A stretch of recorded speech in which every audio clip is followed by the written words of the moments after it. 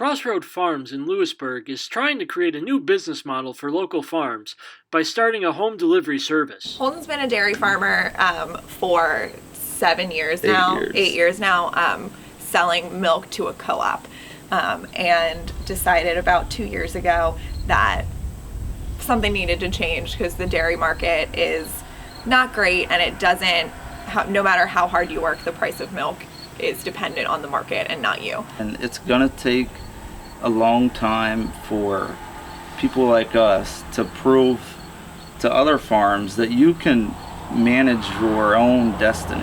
And dairy farming anymore is a railroad tracks to failure. It's a race to the bottom, and we learned that the hard way, and some challenging times made us evaluate our business model. And for instance, big companies like Amazon bought Whole Foods, right? And that was like for me, oh, that's what they're gonna do. And we tried to bridge that gap.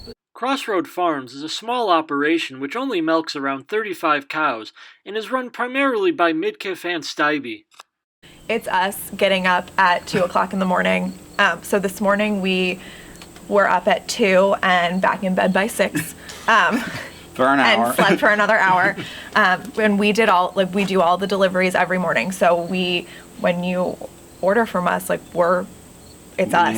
It's just us. Holden is the farmer and the idea man, and I work behind the scenes with the website and with, we share, social media posting. I feed the calves, do all the jobs that Holden doesn't want to do. So I feed the calves. I also bought the chickens and decided that we'd also have eggs. So Crossroad Farms co-ops with several other local farms to provide a variety of fresh produce that's locally grown. So on the farm here, we just have fresh dairy and eggs. So we bottle our own milk, and we have a cheese maker that makes cheese for us using our milk only. And then there's about 9 other farms that we source from.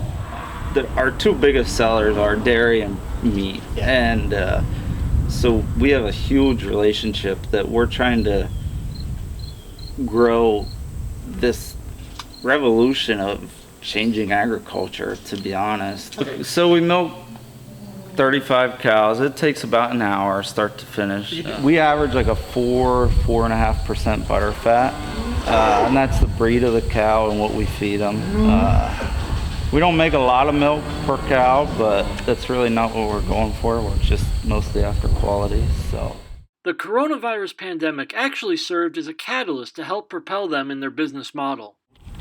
And then Corona hit in February or March, whatever. We saw this food shortage throughout the entire country, but farmers specifically saw a drop in demand because we don't have a supply problem. We have a distribution problem. And that was key to me, is when I was like, okay, how we need to sell this is, you can buy from us and not depend on the grocery store.